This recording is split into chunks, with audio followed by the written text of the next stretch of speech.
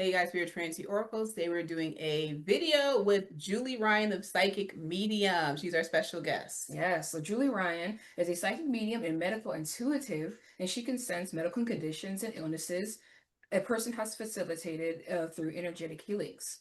She can communicate with both spirits, alive and dead.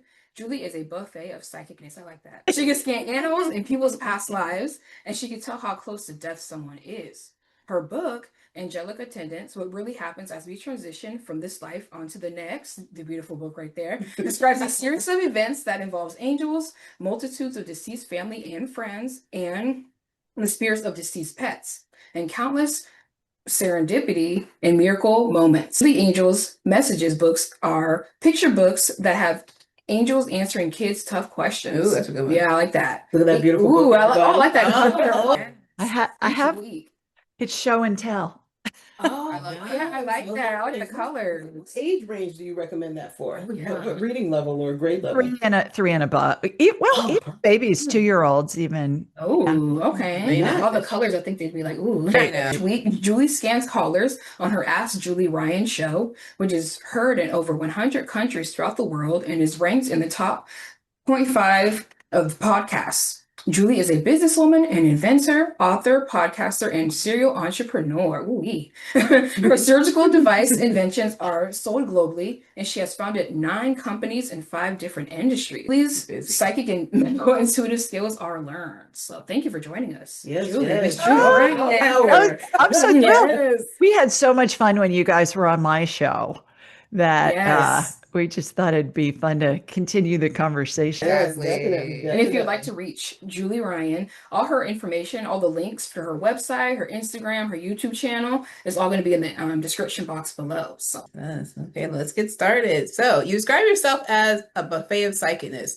When you open that buffet for a client, how do you know which spiritual ability, mediumship, past lives, or medical intuition needs to come forward first? Depends on what they want to cover. I'll say to them when I have a client for an hour versus somebody calling into my show. I'll talk about that in a minute. When I have a client for an hour, I'll say, what do you want to do? And they'll say, oh, I got some medical stuff I want to talk about. I want to talk to my deceased pet. I want to get guidance on my career or my marriage, or I want to talk to a deceased loved one. They tell me what they want to do, and it just all flows. It makes it really fun because we cram a lot of information into an hour when we're together. So if somebody's calling into my show, I do a live show every Thursday night at 8 Eastern, 7 Central, and 5 Pacific.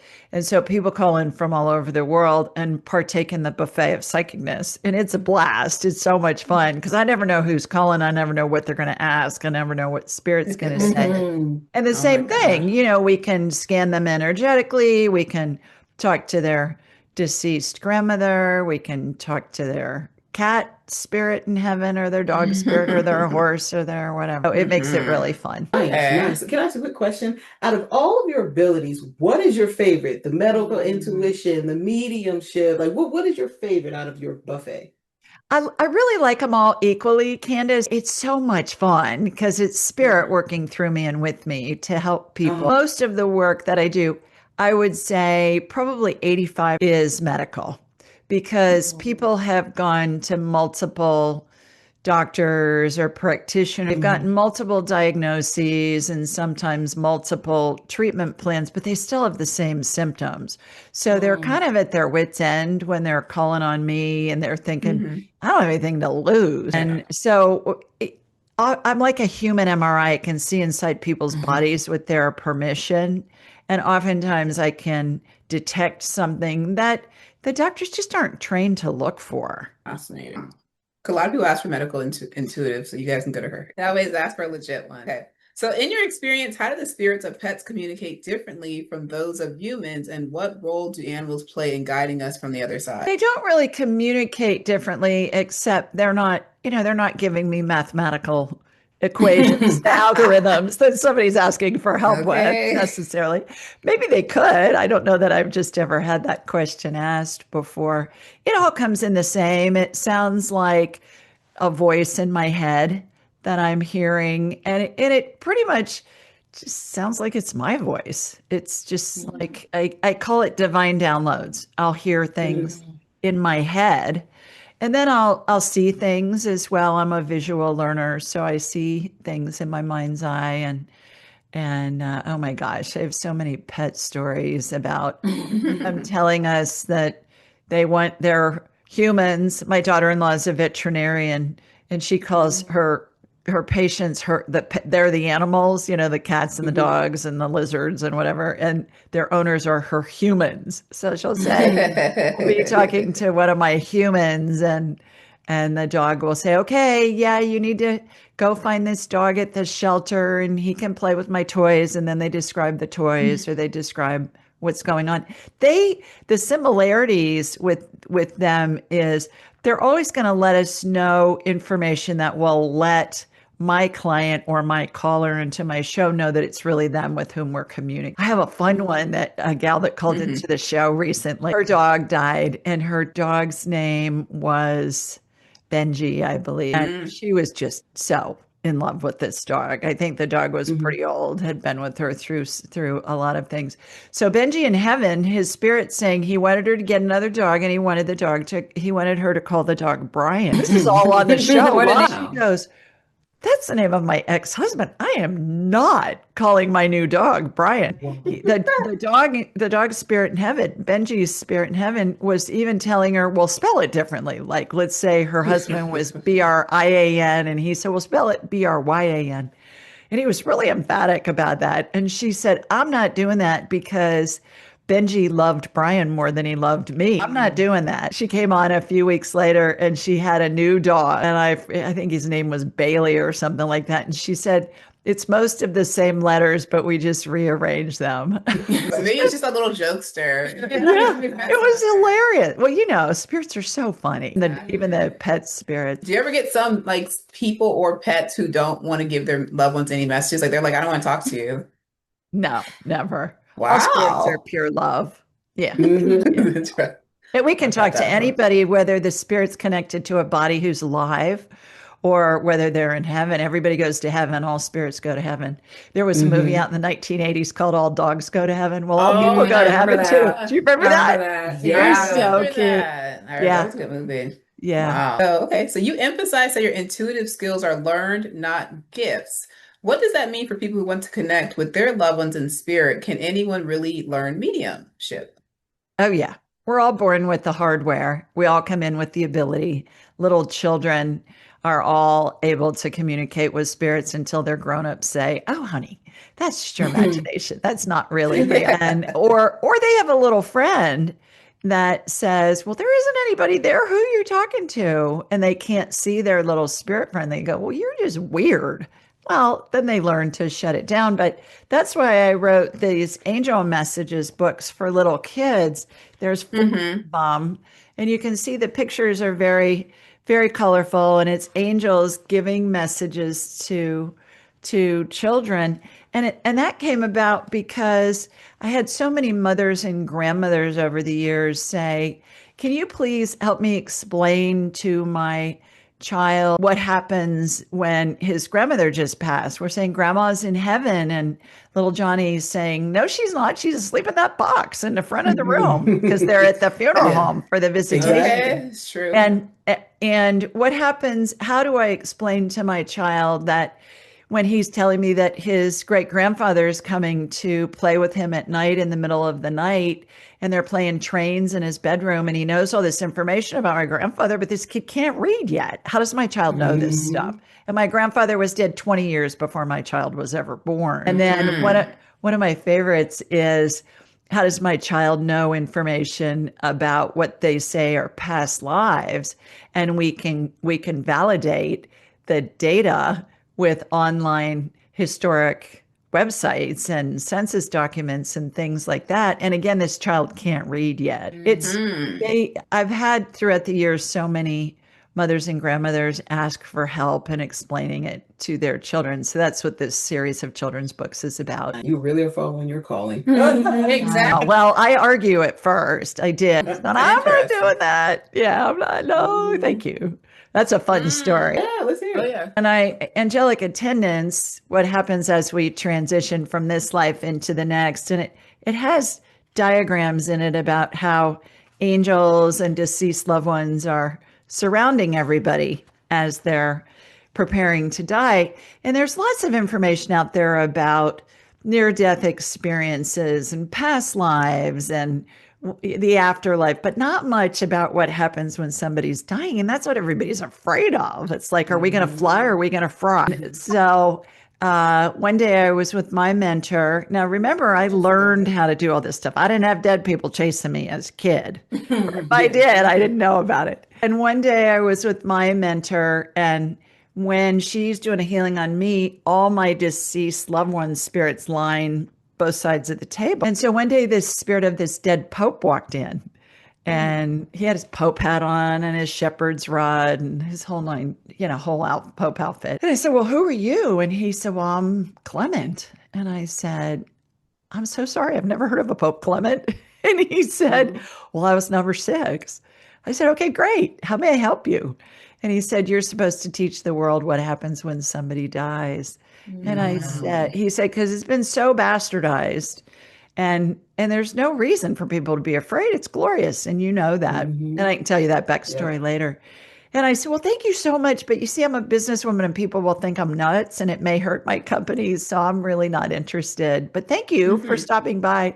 And he laughed and he said, yeah. Everything you've been doing in your life has prepared you for this. You just need to go do it. And I said, well, thanks again for stopping by, but I'm really not interested. So, ladies, I go out to the car to go home. Here I am turning down this dead Pope spirit. And I'm in the car and I looked him up on the phone, Pope Clement VI. Come to find out, this guy was in office during the Black Plague. He's best known for his prayers for the dying and his prayers for the dead in the 14th century. And I'm thinking, Oh my God. okay, Ryan, you can't make that up. I never heard of the guy. And so he prodded me for a couple more years. I have a couple more episodes to that story of what finally got me to do it. But yeah. That's amazing. So did your psych abilities turn on all at one time? Like it just like your third eye just blew open, or like was it a gradual No, process? I took classes for 6 years with my mentor, and what really drew me in was the medical healing, the medical intuition and the energy healing. Because I was in the hospital supply industry for 30 years, and I'm an inventor of surgical devices sold throughout the world, like Jasmine was saying in the intro, and former manufacturer. So I was always interested in helping people heal, but from the supply side. And then when I first heard of a medical intuitive, I thought, what the heck is that? I hadn't heard that term before. And back then, this was more than 30 years ago, and we didn't have the internet yet. So I went to, which is kind of hard to believe that we existed without the internet, right? And so I went to a bookstore and I found a book called Hands of Light by Barbara Brennan, PhD. She was a former NASA physicist who parlayed very complex quantum physics principles into understandable languaging for the non-scientific mind. That would be me.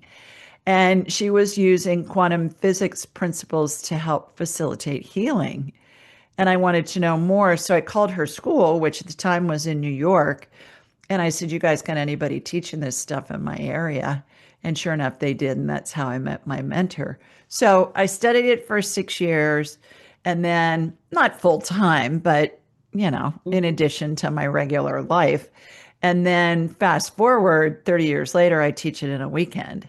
Because I use the analogy of we used to use carrier pigeons to get messages to people, and then we used horseback riders to deliver messages, and then the Wells Fargo wagon and the postal service, and now we communicate instantly with the technology that we have available. Fascinating. Interesting. Yeah. Okay. So in your book, Angelic Attendants, you outlining the 12 phases of transition. Could you share how those phases help families understand and prepare for the death of a loved one?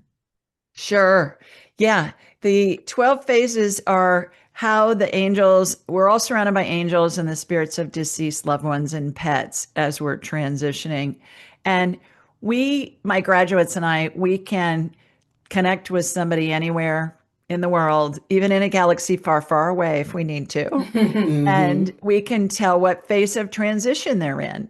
And when we can identify that, it gives us a little bit of inside information in that, okay, my grandmother's in phase 7. She's moving through phase 8 and 9 fairly quickly here within a matter of hours. We need to bring the family in. Mhm. And and when we can identify who the spirits are that are in the room and describe the animals and all of that, it's very comforting to the family, number one, to let them know that their loved one is not alone. Nobody ever dies alone, ever, ever, ever, ever. Everybody goes through the 12 phases of transition, regardless of how they die. If they die instantly, like in the case of a homicide or suicide, or they die over a prolonged period of time, days, weeks, months, even years, because time doesn't exist in the spirit world. You know, time's a human creation. So that gives people a lot of peace. You know, somebody who maybe is a Gold Star family and they have a child that died in military service and they have agonized that that child was alone.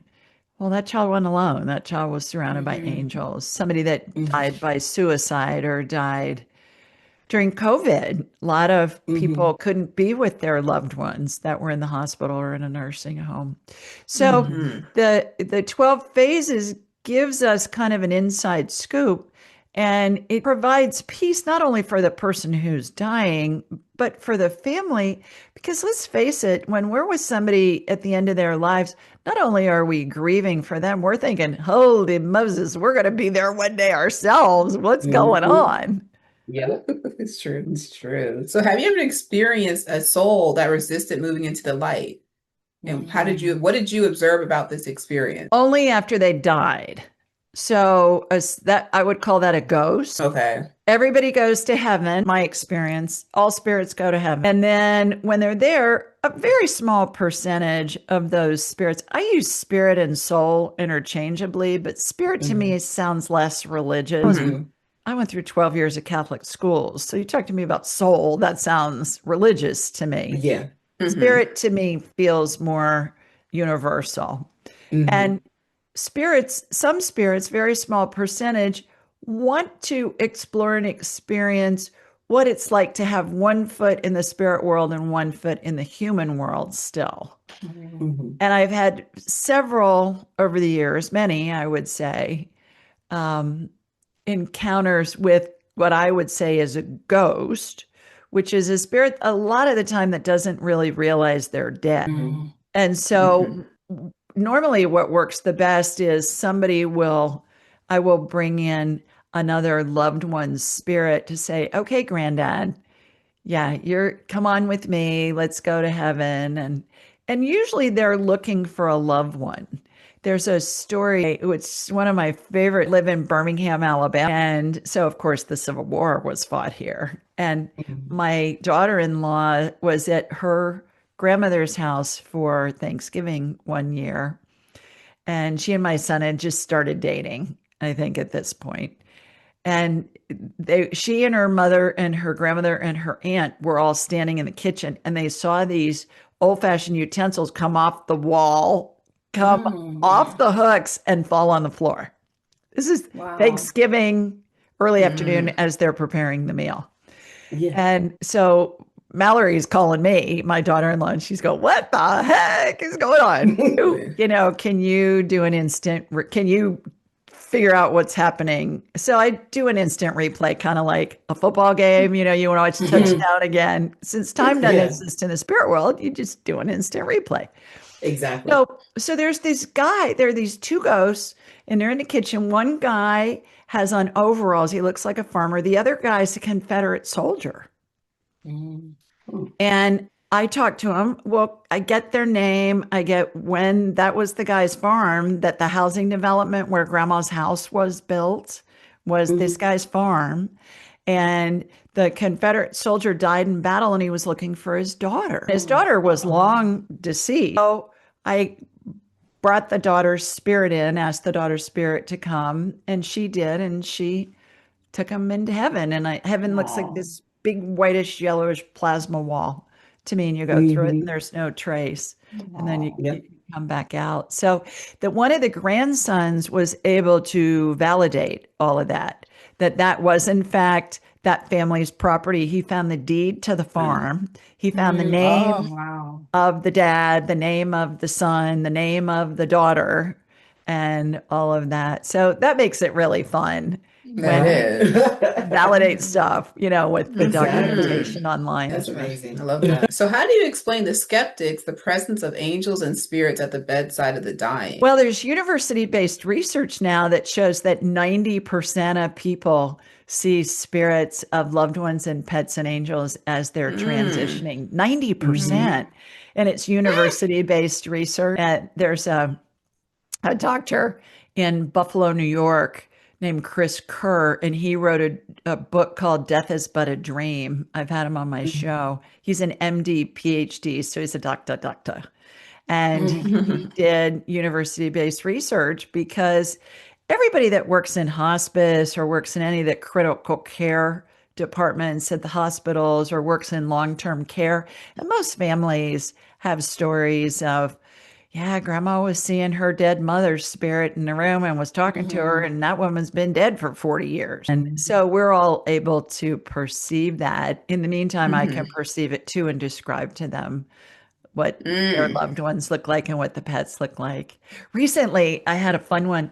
I was working with a woman and her husband had already died, so we were talking to his spirit in heaven, and she wanted to know what all was happening when he was transitioning. So we did an instant replay. And I said to my client, there's all these African animals in the room, like elephants and giraffes and zebras and stuff like that. And I said to her, "Does that mean anything to you?" And she said, "Absolutely," because my husband was working in the Peace Corps for 10 years, and he was at Wow. a animal refuge in Africa, and he helped all those kinds of animals. So it would make sense they were Mm. around him when he was dying. That- That was the first time I'd seen that. I mean, I'll see farm animals and I'll say, did your Uncle Charlie grow up on a farm or does he live on Yeah. a farm now? Because there's like Mm. ducks and chicks and cows and horses and stuff. And they'll say, yeah, he does. How can you tell? I go, well, all these animals are. Fascinating. But you know what, to kind of jump in, what's funny is some researcher came out and said that, he doesn't believe in the afterlife. He doesn't believe that, our soul's gone. We just close our eyes and that's it. Yeah. And I saw this like on the news or something, and he was like, well, the reason why people see ghosts or claim they see deceased loved ones is he's saying that, like, for example, say if the air conditioner was running and it was creating this little slightly tiny like shake, Mhm. well, we would pick it up subconsciously and it would make our brain go in fight or flight. And then it's like we're looking for safety. So maybe we would see our deceased Yeah. mom there, or, oh, that's why like our mind is giving us the illusion of a ghost. And I'm like, nah, buddy, you got that wrong. You might need to learn mediumship. And when an angel touches you or a deceased loved one touches you, how are Yeah. you going to explain that? I know Like, what you but mean. It's like your brain creates like a safety thing. that's what he was He said trying it's to like when you're say. in the desert and you're like, what do you call it? You're stranded in the desert, you get thirsty, you start imagining and seeing things to make you feel Right. better. That's what he was trying to say. Right. Yeah, Yeah. so he was trying to Well, dispute it, and I was like, buddy, no. I think the zeitgeist is changing, though. I'm sure you Mhm. guys agree with me that Yeah. people are more interested in this stuff. And so I don't feel the need to convince anybody. I'll Mhm. say, I'm happy to talk with you about it. We can talk about the weather, football, a restaurant, your favorite food, whatever. I'm happy to talk to you, whatever. And what I find is once I do that, then they're like, no, no, no, I want to hear what you have to say. So Mhm. yeah.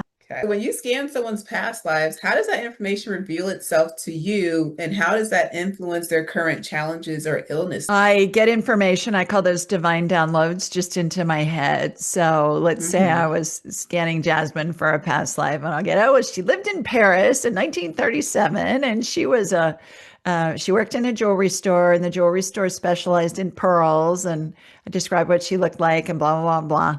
And then how did that lifetime affect this lifetime? Normally, we'll ask a question like, does Jasmine have any past lives in which she worked in the jewelry business or something like that? And then all that information will come in. And again, oftentimes we can validate that with historic documentation. I know of a gentleman, actually, he's a graduate of my class, and ever since he was a little boy, he was just enthralled with any kind of planes and jet, anything that flew, an airplane, a jet, the faster the better. And he tried to join the military, but he had an astigmatism or something, so he wasn't going to be able to be a pilot.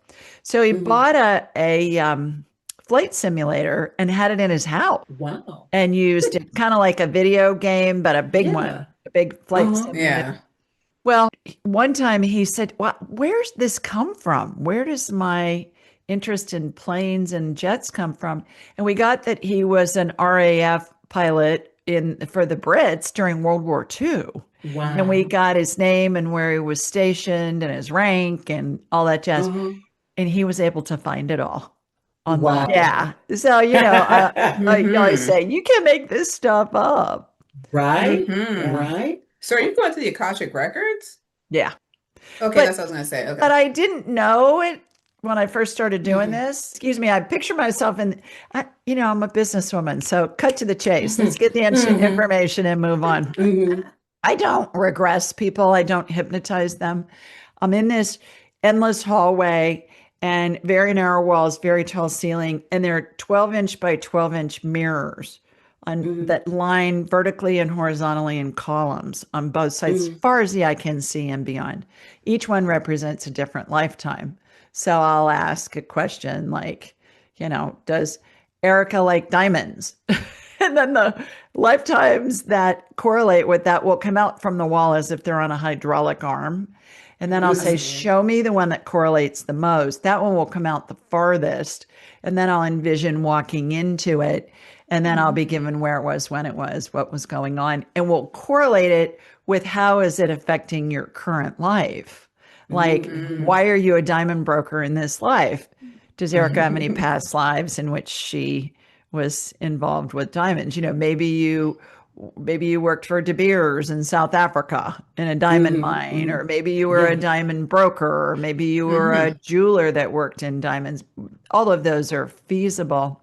And what I find is that there's always a semblance of a script that will repeat throughout multiple lifetimes, and it will give us information, but it's just a different perspective, so many different variables, different time, different place, different cast of characters. What are you doing? Are you male? Are you female? Where is it? All of that. And my best analogy for this, ladies, is think of Hamlet. How many times has Hamlet been performed since Shakespeare wrote it in 1602? Who knows? It's true. But you think about, where was it performed? In what year? In what language? By whom? Was it inside? Was it outside? Who was a costumer? Who were the actors? Who was the director? Same script, different perspective each time it's performed. And so that's what I see repeat throughout multiple lifetimes. And then we can glean information that's helpful from all of those. Were you going to say something? No. Oh, okay. You must have been reading my mind but I have the question for later on. Okay. You're picking up on my thought. Yeah, I felt you had a question. Right. So does your past life influence current illnesses? I can. Perhaps somebody died of malaria or typhoid fever or something in a past life, and in this life they get some funky disease and they heal from it. So with the advances in technology and medicine, and sanitation's a big one. Polio and all that stuff. They say polio was cured by the vaccine. No, it wasn't. Polio was cured by vitamin C. And in the 60s, when the vaccine came out, the polio incidence, that curve was flatlining because the sanitation was so much better. Yeah, it was high levels of vitamin C. Wow. Yeah. Because also in New York, because New York was horrible, and they started getting Cleaning more up. sanitary there. And they said the New York population started booming because the kids were actually living instead of, dying from rat-borne illnesses, because they're just dumping their Being trash. unsanitary. Yeah, basically. TB, stuff like that. Yeah. Well, and Exactly. the other areas that were really bad for polio were public pools. Oh. Yeah, my girlfriend grew up in Mississippi, and her mother would not she grew up in the 50s, and her mother wouldn't let her go to the pool in the 50s and Mhm. 60s. So she never learned how to swim because that was one of the Wow. areas where people were catching polio. Debris. Did they have chlorine in, this is a dumb question. They had chlorine in the 50s? I have no idea. Obviously Yeah, that's what I not. was like. If, yeah, Mhm. I think Uh, that, that's that whole sanitation thing, probably. Yeah, that past life one that you just brought, that was actually my question. That was actually in okay. So do you believe our soul contracts predetermine the way we die, or is there room for choice even at the moment of passing? All contracts are in from what I've experienced in doing this tens of thousands of times for 30 years, more than 30 years, is that we have a real basic script. Back to what we were talking about with the past lives. We have a real basic script of what we want to explore and experience. Let's say you want to come in and you want to be a teacher. Well, there are a bazillion ways you can be a teacher. You can be a teacher to a lot of different ages in schools. You can be a corporate teacher. You can be a teacher as a parent. You can be a teacher, in a daycare center, whatever. You can be a dog teacher, or you can be a pet teacher. So it's very, from what I've seen, it is very basic. And then that's when our free will comes in and we think, okay, we want to explore what it's like being a teacher. Well, maybe in the same lifetime, you're a corporate teacher and you're a parent teacher and you're a pet trainer teacher and you're, doing all these different ways to do that. So from our linear thinking minds, from a human perspective, I think we can put ourselves in a box with, okay, we've got this soul plan and it's A, B, C, D, E, F, G, whereas it's a soul plan of, hey, you want to teach and you can go A, Q, whatever. So it's not been my experience that it's as set in stone as we like to think it is. Like when people say, I don't know what my life's purpose is. Well, I think they're expecting a roadmap. You're born on this day and you grow up here and then you do this and then you do this and then each step you're told what to do. That's not how it works. It's we're led to the next step. And that next step after that may be one of a bazillion different choices based on what the options are at any given moment. But we're exploring the general basis of what we came in to experience and explore. Does that make sense? Okay. Totally makes sense. Totally Makes makes sense. sense. Yeah. And you know what I want to bring up going back to, because Spirit is reminding me of this, going back to talking about, how the past lives and how, it can contribute to illness and XYZ. So Archangel Michael popped up and Archangel Raphael, he just popped up in front of me and he was like, well, bring this up, Jasmine. Well, a while ago, we did a video. I cannot remember what video we did, but Spirit had gave me this download and they said that the government and they're going to use very, very smart people, like a lot of billionaires. I'm not going to say Jeff Bezos, but I'm just going to use Jeff Bezos as an example. Right. Well, they're going to have, like Jeff Bezos and the government are going to tap the world's best psychics, like they're going to work with them and say, go into the Akashic records in the future and give us a cure for AIDS. So instead of us having to wait 300 years, it's like, okay, we're going to have these top psychics and, okay, what are you bringing in about AIDS? And boom, they said there's going to be so many medical advancements, not only used by the quantum computers, but also by these unknown or unnamed psychics. But also these psychics are also going to have to sign away. Like you can never tell the people that the government hired you and you got the cure They should to give them credit. this cancer. X, Y, Z. So they said there's going to be lots of progression with diseases because of scientists and also psychics working together. So hey, you never know, you might get tapped for it. They might call you. Yeah, maybe. Well, I think it's interesting too, speaking of zeitgeist, there are more than 800 hospitals in the US right now that have energy medicine departments where people are doing Reiki and other energy healing, hands-on healing, that kind of stuff. And many university medical centers, and especially in the bigger ones that you would know, they have departments in their oncology units that are acupuncture departments. So somebody gets chemo and then they immediately go get acupuncture because it reduces the symptoms so much. Well, what's that? Yeah. That's energy medicine. I mean, that's Exactly. ancient. It's ancient. So yes, I believe it's coming. I believe that the astrophysicists and the quantum physicists are seeing what's happening and the power of the brain and the power of intention and the power of multiple people sending prayer or sending good thoughts or energy healing to somebody that needs it. And the outcomes are being proven by huge universities around the globe. Okay.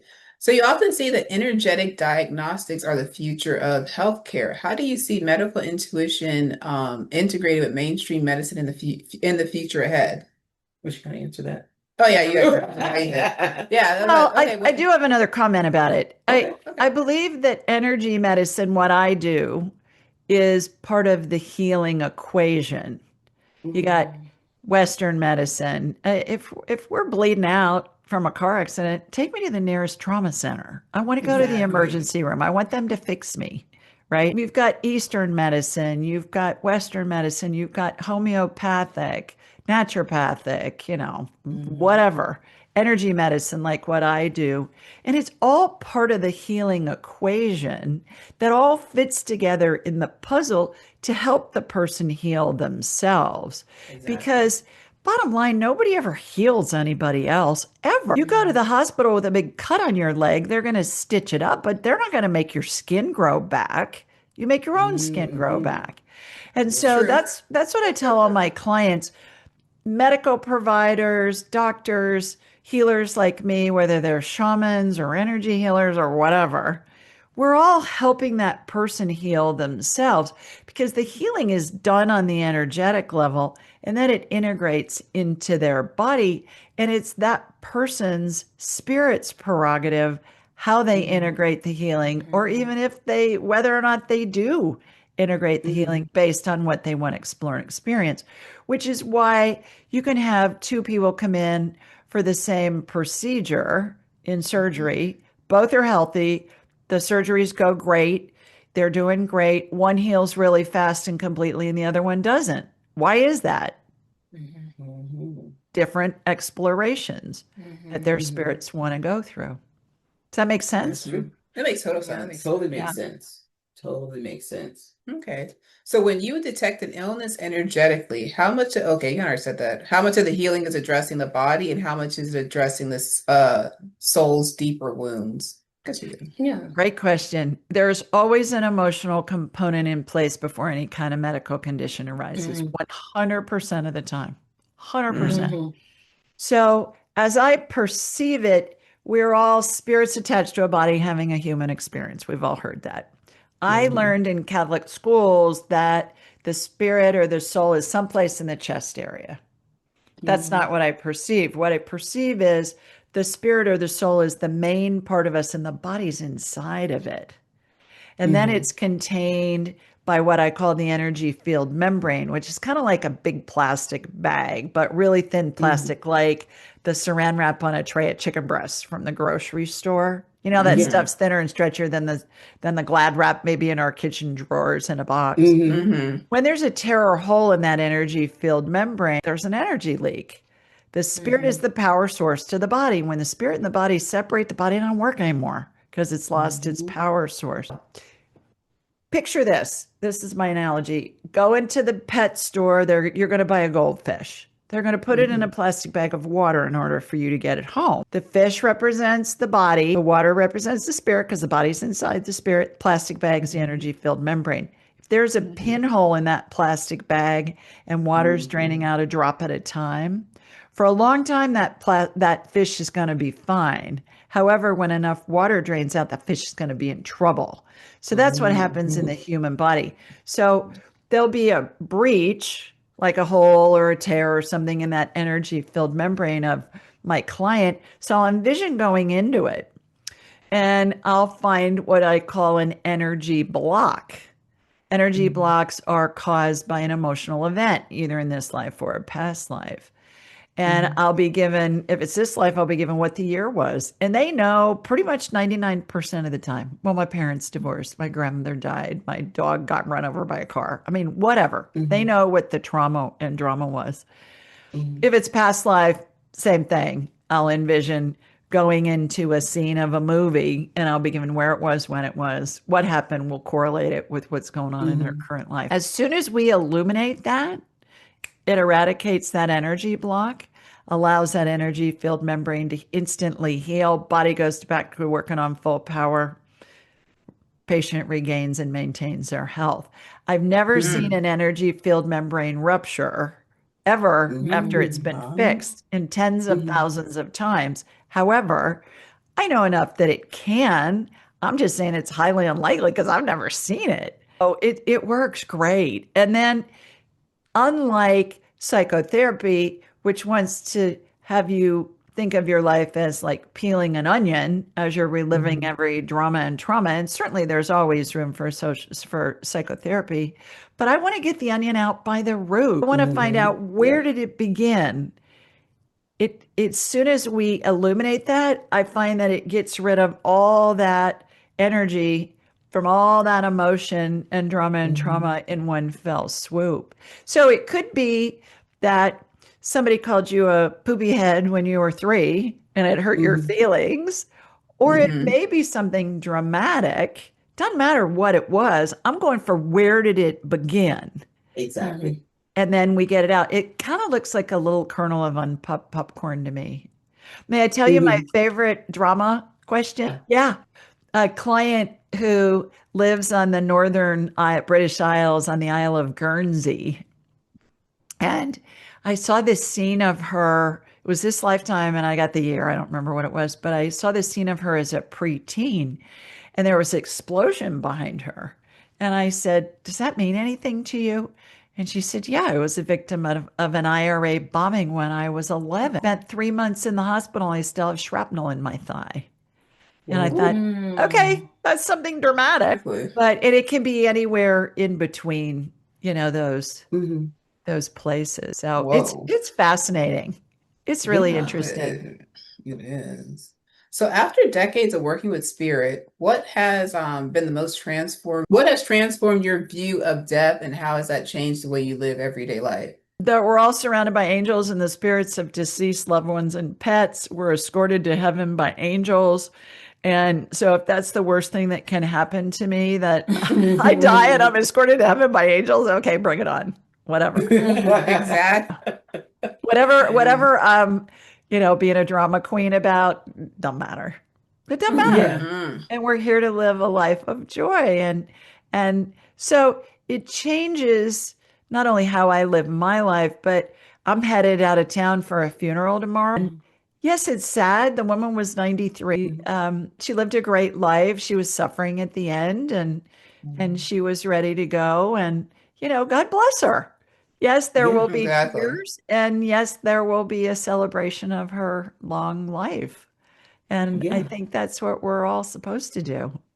So when someone passes like super quick, can you tap into their energy very quickly, or do you wait give like a grace period, like a week or something? Nah, instantly. I can talk to them while they're dying. I can talk to them. That's how we connect with, doing medical scans. It's my spirit talking to Susie Q's spirit. So when people say, "Oh, you got to wait 40 days," I'm like, I'm talking to their spirit when they're alive, let alone when they're dead. No, there's no waiting period. It's not been my experience. And people in comas too, you can do that, I'm assuming too. That's what I'm assuming too, the same thing. When somebody's dying, there are 3 questions I always ask. Are you ready to go? Are you in pain? What do you need? And what do you need can range from somebody who's coherent. Can I have a piece of chocolate cake with, ice cream? To, can I have a sweater? Can I have a magazine? To, I need to say goodbye to so-and-so. I've got to, get this business deal done before I leave. I've got to do whatever. And then we relay that to the family, and the family will say, okay. And what a joy. And what a wonderful thing for the family to be able to give their loved one what they're looking for, even if they can't verbalize it themselves. I share one of my favorite stories about that. Yes. Yeah. I was working with a family in Athens, Greece, several years ago, and I was talking with the wife of a retired Greek admiral in the Greek Navy, and he had had a brain tumor, and he'd been comatose for about 6 weeks, and he was in phase 11 of 12, so he's getting ready to go. It's imminent, and I said, "Are you in pain? No. Are you ready to go? Not quite yet. What do you need?" And he said, "I need to say goodbye to my sister." So I said to his wife, "Can you have her sister come over? He wants to say goodbye to his sister." And she said, "Well, not really. She lives in Australia." And I Mm, said, "Well, get her on the Zoom or get her on FaceTime yeah. or something." So they did. And even though he couldn't communicate, hearing's always the last thing to go. He could Hmm. hear her on the Mm, camera, on yeah. the computer or the phone, whatever they used. And he passed Uh-huh. later that same day. Wow. So we can get him a, Wow. That's beautiful. yeah. Love that.